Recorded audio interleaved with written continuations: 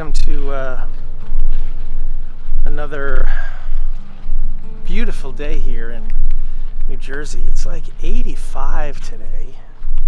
Absolutely gorgeous. And, we've been rolling through this study in our Join Days Band community through Matthew. And we finally got to Matthew chapter 8. And there's two really significant stories at the beginning of chapter 8. And the first one that I wanted to chat about was this story of, maybe we'll do the second one maybe next week or the week after or something, but the story of the leper and his belief in Jesus. And I think it's really, really, really kind of poignant. And it's actually a beautiful story that just really teaches us faith like in a nutshell. So I really, really dig this story. So today we're going to be chatting about faith.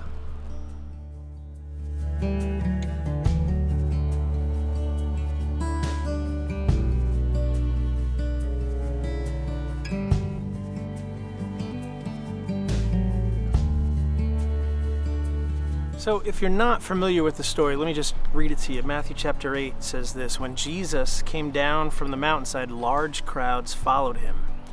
A man with leprosy came and knelt before him and said, "Lord, if you are willing, you can make me clean." And Jesus immediately reached out his hand and touched the man.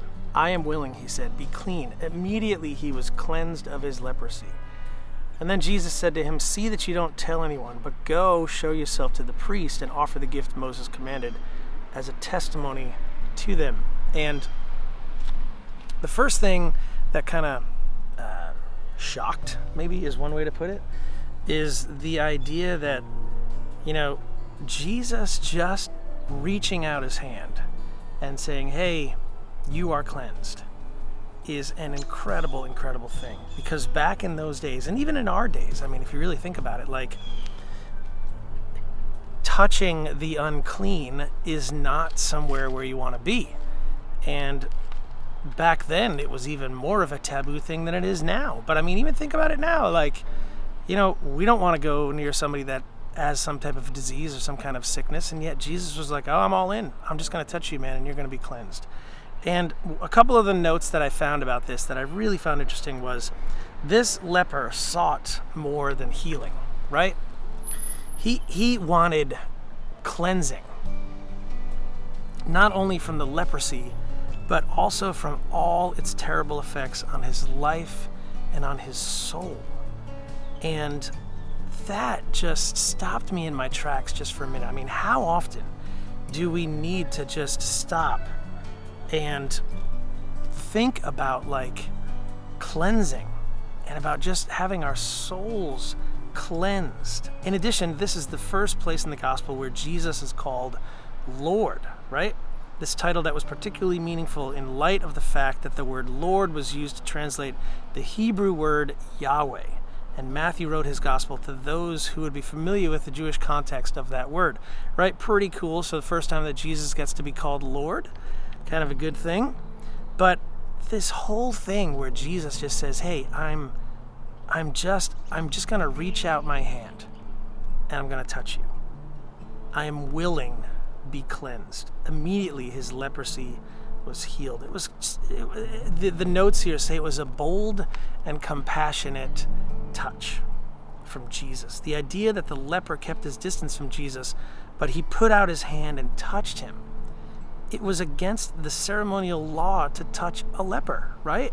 Which made the touch all the more meaningful to the afflicted man. Of course, as soon as Jesus touched him, he was no longer a leper. But how often are we caught in this thought of, I need to be healed today. I need to be cleansed today. I need to be washed clean today. And how often do we not believe that it's going to happen? How often do we get stuck in these ruts where we're just like, yeah, I read that story, but do I believe that story? Do I feel like that story is actually meant for me? Do I feel like it can actually work for me? Do I feel like it's true? I mean, there's a lot of questions that come up when you read a story like this. Like, Jesus is walking around touching lepers and healing them. And the same power that raised Christ from the dead is in us. So when you think about like just what that looked like back then and what it looks like in your life, let's just make it relative to how it works in our own lives. Jesus believes in us. That leper believed that Jesus would heal him. His faith was super, super strong. And he said, Lord, if you are willing, you can heal me. And Jesus was like, I am willing, I will heal you.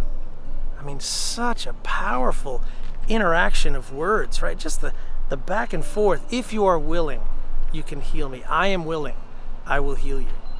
And I think too often we get caught in this whole thing of like, I'm not worthy of God's fill in the blank. I'm not worthy of God's grace. I'm not worthy of God's love. I'm not worthy of God's healing. I'm not worthy of God's, again, just fill in the blank. I don't know what it is for you, but we get so wrapped up in that. I'm not worthy of even a relationship with God, right? Some of us, I've had this conversation just in the last couple of weeks over emails and at some shows where people are just like, why would God even care about me? And I have to go back to this quote that I've been loving for the last couple of weeks, which is, God is too busy loving us to be disappointed in us. God is too busy loving us to even entertain the thought that he's not going to love us. And man, it's just so incredible. So if you're wrapped up in that today, if you're wrapped up in that whole, man, why would God even bother with me? Look at this as an example. This leper, this guy who was a social outcast, this guy who was just looking for some compassion, looking for some love. I mean, this is probably the first time that somebody spoke to him in months, maybe years. This poor guy, complete and utter outcast. And yet, he has the strength and the courage to go up to Jesus and say, Jesus, Lord, if you are willing, you can make me clean. And so now that begs the question, do we have the courage and the strength and the belief and the trust and the faith to come back to God and say, God, if you are willing, you can give me this. If you are willing, you can heal me. If you're willing, you can show me your grace. If you're willing, fill in the blank.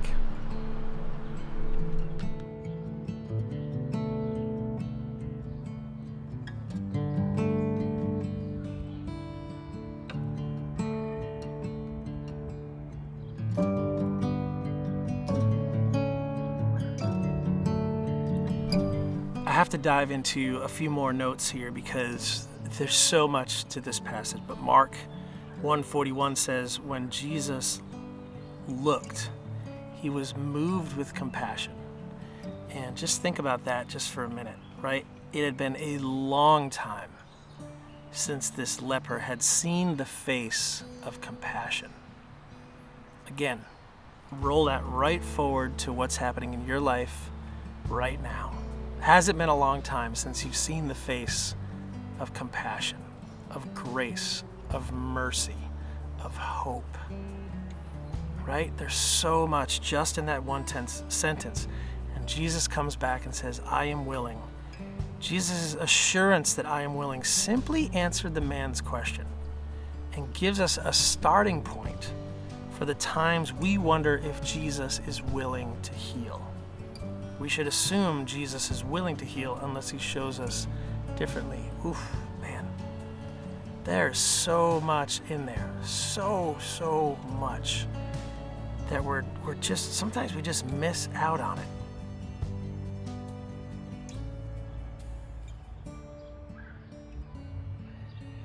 And then one final note.